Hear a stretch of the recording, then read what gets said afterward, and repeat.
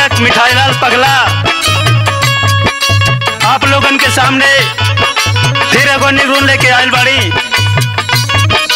भैया बहनी माई बाबू के सबके आशीर्वाद मिलल, सबकर आशीर्वाद मिलल और आशा ना पूरा विश्वास बा कि यहू निर्गुण में हमके वैसे ही आशीर्वाद मिली। लेकिन कैसे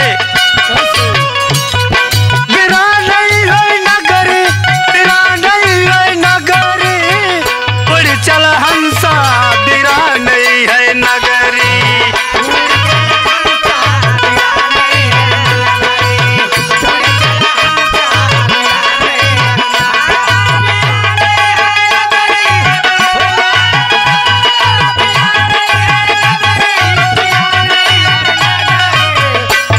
चल हंसा बिरा नहीं है नगरी।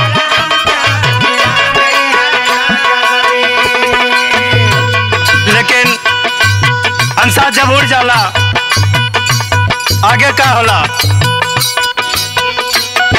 नगरिया में ठगवन का डेरा हो, ठगवन का डेरा।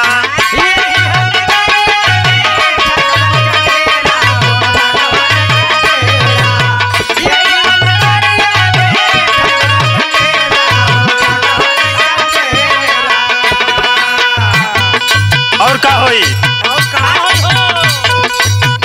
अखिया मुनाई त लुटा जाए है गठरी, अखिया मुनाई